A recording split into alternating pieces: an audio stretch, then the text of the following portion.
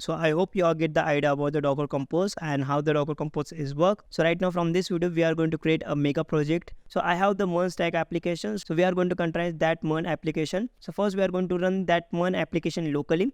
So for that you have to go onto my repository. Okay. Then you have to just scroll down and I have this application to do one. So it is a to-do list app that is based on the Mern stack. Okay. And as you can see that this is the application, and first thing what we are going to do, we are going to clone this application.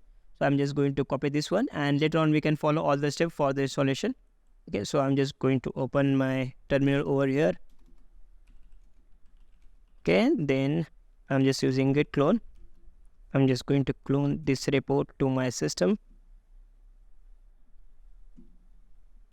Okay, so then I'm just git and drag and drop this folder to my VS Code. So let me close this one and okay. So we have successfully dragged and dropped the folder. Let's follow the readme file. Okay.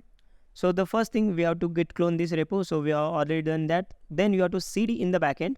Then you have to use the npm install. Then you have to again follow the cd into front end. Then you have to again use the npm install. Then you have to use the npm start for starting the backend server. And again you have to cd in the front end and then you have to start the front end server. So this is the installation process. And if we take closer look to the VS Code, okay, so as you can see that we have the front end and we have the backend. So we have the different folder. So in each folder we have to run the npm install. Then we have to use the npm start for starting the backend and front end. So first thing what I'm going to do, so I'm just going to open another terminal as well. Okay, the same terminal. And then I'm just going in the Docker. Okay, and then I'm just going to in the what is the name to do.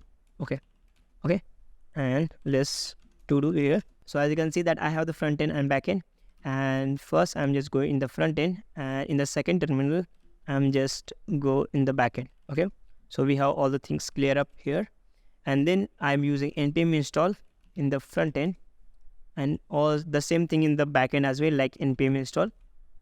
So it installed all the dependency in the front end and backend. So let's wait for a couple of minutes. So as you can see that all the dependencies installed in the front end and the backend as well. So let's clear up all the things once again and let's start the server using the npm start. Okay, so npm start and here also npm start. As you can see that our MongoDB is connected and our application is successfully connected out here, and if you press yes, and it's going to open the application in the port 3001 because I have already in use the port 3000, hence it's not opening. So hence it's asking for me to open in the second port like 3001. So as you can see that if we add this list creating dockerfile. So as you can see that our application is successfully running in the locally. And one thing I have to show.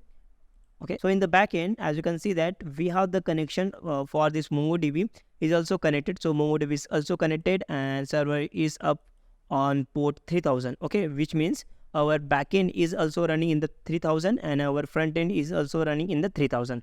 Okay, both things is clear up. So I hope you understand all the things, and let's understand how we are going to contain this application. For that, see you guys in the next video.